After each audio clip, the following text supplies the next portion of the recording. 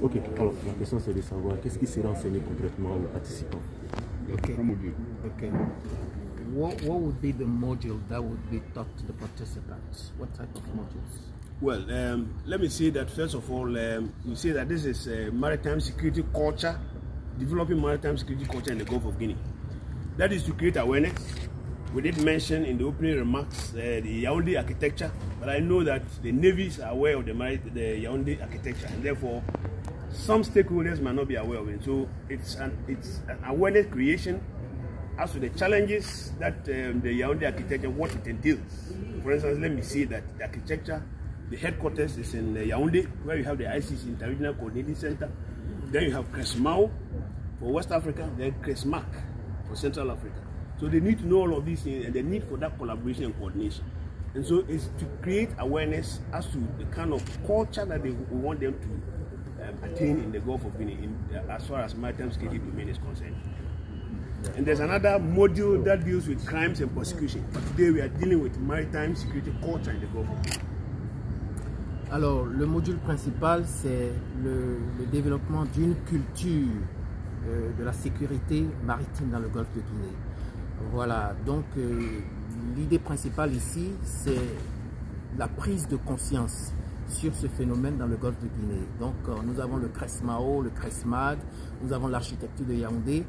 Donc l'idée ici, c'est que les participants puissent prendre conscience de l'existence de ces entités-là et de ce qu'elles font pour une meilleure coordination en matière de sécurité maritime.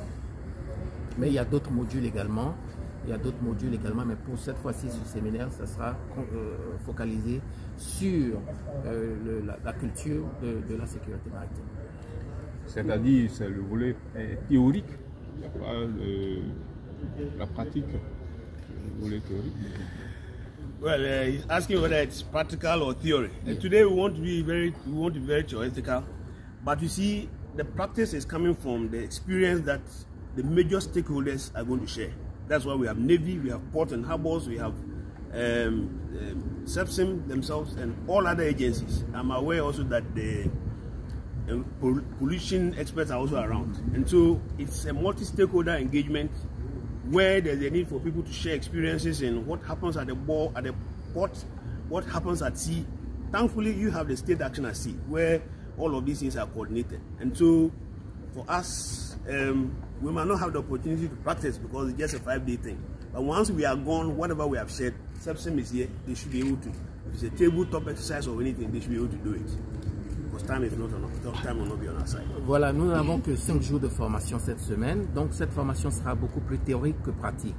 Voilà, maintenant, puisqu'on a des participants qui viennent de différents domaines, alors chacun vient avec un certain nombre de pratiques, de connaissances. Donc il y aura ces partages-là, mais pour l'instant, ça sera purement théorique. Maintenant, quand chacun sera de retour chez lui, alors il pourra maintenant mettre en pratique tout ce qui a été appris à travers des exercices pratiques ou bien des exercices en salle. Voilà. Où en sommes-nous avec l'architecture de Yaoundé en termes de formation?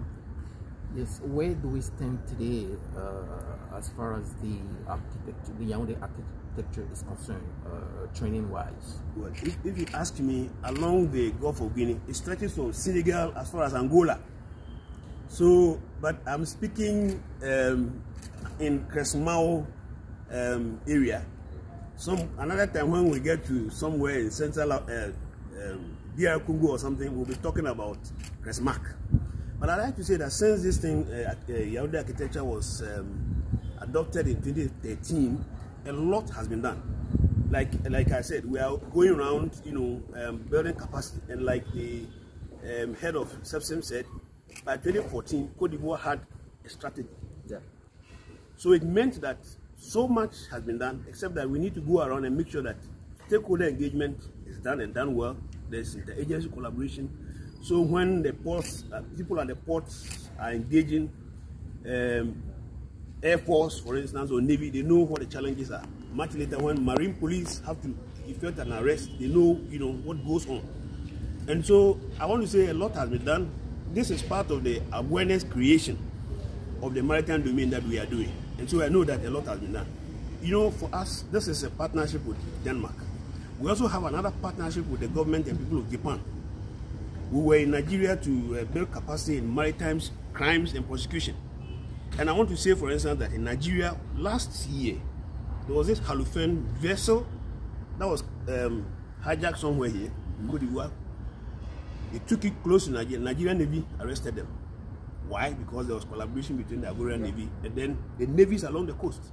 And I can say without that shadow of doubt that those people were prosecuted because Nigeria used the Suppression of Piracy Act or an Offences Act to prosecute them.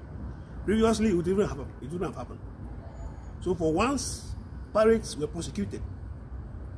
So that is the collaboration, that is the dissemination, that is the understanding, that is the knowledge sharing that we are talking about. And so much has been done, but I want to see that a lot more is left to be done. There's a lot more to be done. Alors donc, le golfe de Guinée va de l'Angola jusqu'au Sénégal. Donc c'est une zone assez vaste. Il y a beaucoup de choses qui ont été faites. Il y a beaucoup de choses qui restent à faire. Mais on a eu beaucoup de collaborations et ce séminaire fait partie des collaborations dont on parle, c'est-à-dire le renforcement de capacité. L'idée ici, c'est de pouvoir encourager les entités à pouvoir travailler ensemble. Il a donné l'exemple d'un navire qui avait été détourné depuis les eaux ivoiriennes et ce navire a été arrêté par la marine nigériane. Et les personnes qui ont été arrêtées sont en train d'être poursuivies aujourd'hui parce que le Nigeria a pu voter de nouvelles lois contre la piraterie au Nigeria. Donc avant ça ne se faisait pas, mais aujourd'hui ça se fait par rapport à cette prise de conscience. Donc l'idée ici c'est de permettre à différentes agences, à différentes entités maritimes de se mettre ensemble, de travailler ensemble et de collaborer ensemble. Et donc voilà un peu ce qu'on peut dire sur l'architecture de Yaoundé. Now let me also add that my president of Ghana, is the chairman of ECOWAS, and he has been talking about security in the sub-region. He's worried about security in the Sahel and northern part of West Africa, as well as insecurity in the Gulf of Guinea. And so what we are doing is to create awareness, and then we are also buying into that whole strategy and agenda that the president and then the heads of state are bringing on board to ensure security both along the coastal areas as well as the Sahel. Donc il vient de donner l'exemple du président du Ghana, qui est aussi le président en exercice de la CEDEAO, qui parle beaucoup de sécurité, sécurité dans le Sahel, sécurité maritime, sécurité un peu partout en Afrique de l'Ouest. Donc il pense que nous sommes sur la bonne voie et que c'est de cette façon qu'on va y arriver. S'il vous plaît, j'aimerais savoir encore par rapport à la formation, on a beaucoup parlé de collaboration. Mais est-ce que entre les administrations maritimes, est-ce que cette même collaboration-là, vous l'entretenez au niveau des centres de formation maritime, au niveau des cultura et autres? Yeah, earlier you talked about interagency collaboration, maritime interagency collaboration. So she wants to know if that type of collaboration is taught in different institutes, maritime institutes. I don't understand what she means by different maritime institutes. If you can explain. Or centers, I should say. Yes. Well, my center, Covenant Center, we deal with maritime security culture, and I did say that the other time another program we have is maritime crime and prosecution. But in this particular one, maritime security culture, we also let them know what ICLOS, International Law of the Sea Convention, you know, all of that. For instance, they classify offenses from the coastline to 12 nautical miles as maybe armed robbery at sea and stuff. Beyond that, you can talk of piracy. So there's a lot. There's the legal implications, international regulations, and then so many other things. So many other things. And all of these things, each of them knows the role that they have to play.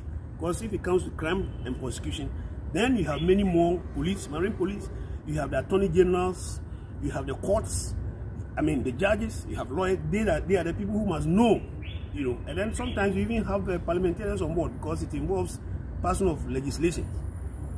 You understand? And so the interagency collaboration is within states. And when you come to the center, if you have to do it, it is not just about what happens just at sea. But you see, in Nigeria sometimes, when you hear of pirates that have kidnapped people for ransom, they don't keep them at sea. They keep them on land. And so they do the negotiation. How they do the negotiation in the Shepherd. but it is done on land, and then when they are released from land. So that interagency collaboration is done such that everybody understands their role. In my country, for instance, you have the Navy, you have the Marine Police, you have the Maritime Authority, you have the Attorney General's Department, you have even Air Force. Because if Côte d'Ivoire tells us that a vessel is coming, apart from Navy, tracking them by sea, you also need Air Force to be able to monitor the movement. They may not be coming to Ghana. They might go across Atlantic. So each agency has them. And so when they come with duty, that is why also we try to make sure that the representation is across board. It's not only Navy, it's not only pollution, it's also not Air Force, but across board. SEPSEM take action as it. Thankfully, Côte d'Ivoire, you have a structure that brings everybody under one umbrella. And that is commendable enough. C'est tout? C'est bon? Donc, la collaboration dont vous parlez, inter-entités, il y a plusieurs entités, il y a plusieurs intervenants, il y a plusieurs parties prenantes. Donc, un problème qui commence en mer finit toujours à terre. Il a donné l'exemple de pirates qui prennent des membres d'équipage en otage contre des rançons. Ces personnes ne sont pas gardées en mer, ces personnes sont gardées à terre, et après il y a des négociations qui suivent, et ensuite soit la rançon est payée et les personnes sont libérées, ou soit les personnes sont libérées de force. Donc tout ce qui commence en mer revient à terre. Donc c'est en cela qu'il y a même le bureau du procureur qui doit être impliqué. Il a même donné l'exemple de l'armée au Ghana par exemple, parce que quand on poursuit un navire en mer, il faut que l'armée de l'air prenne le relais et assiste la marine pour traquer ces pirates-là.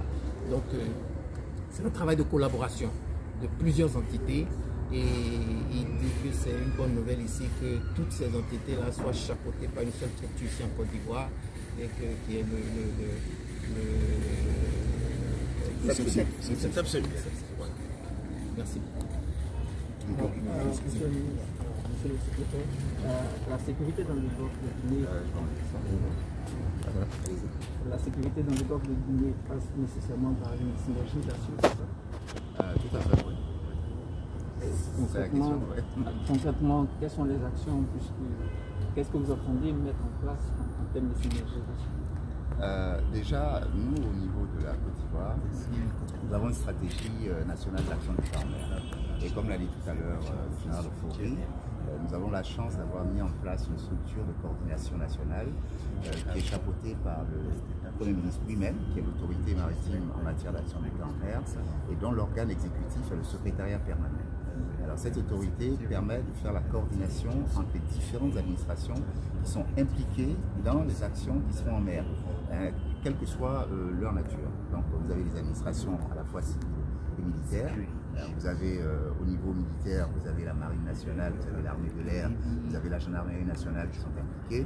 Au niveau civil, vous avez les affaires maritimes, vous avez les ports, vous avez les hydrocarbures, vous avez l'antipollution, donc l'environnement, et toute une série de structures. C'est une quinzaine de ministères qui sont impliqués, qui ont un intérêt en mer, qui font partie de cette structure de coordination qui est l'action d'État en mer, placée donc sous l'autorité du Premier ministre. Donc voilà un peu comment nous sommes organisés au niveau de la Côte d'Ivoire pour faire face donc aux problèmes de sécurité en mer. Alors, il y a de l'espoir dans cette formation. Est-ce que cette formation pourra contribuer à diminuer les criminalités maritimes? Oui, déjà, j'aimerais commencer par remercier infiniment le centre Kofi Annan de maintien de la paix, dont la délégation est conduite aujourd'hui par son commandant en chef, le général Ofori. Remercier aussi d'ailleurs la présence de son excellence, monsieur l'ambassadeur du Ghana, qui est venu appuyer cette mission et la soutenir. Donc cette formation qui se tient aujourd'hui est une formation très particulière, parce que de façon habituelle, le centre Kofi Annan reçoit les stagiaires dans son centre au Ghana, à Accra. Donc la Côte d'Ivoire y envoie régulièrement 2-3 stagiaires par an. Nous avons réussi à mettre en place un partenariat avec le centre de manière à déplacer des formateurs du centre ici en Côte d'Ivoire pour former l'ensemble des administrations de l'action d'État en mer, élargie même aux structures partenaires, qui sont des structures comme la CENTIF, la cellule anti-blanchiment d'argent, Interpol, ou alors l'agence de la justice civile, qui sont également intéressés par ce qui se fait en mer. Donc nous avons aujourd'hui réussi à organiser sur place pour plus d'une trentaine d'auditeurs cette formation donc, à la culture de sécurité maritime. Donc c'est vraiment très important.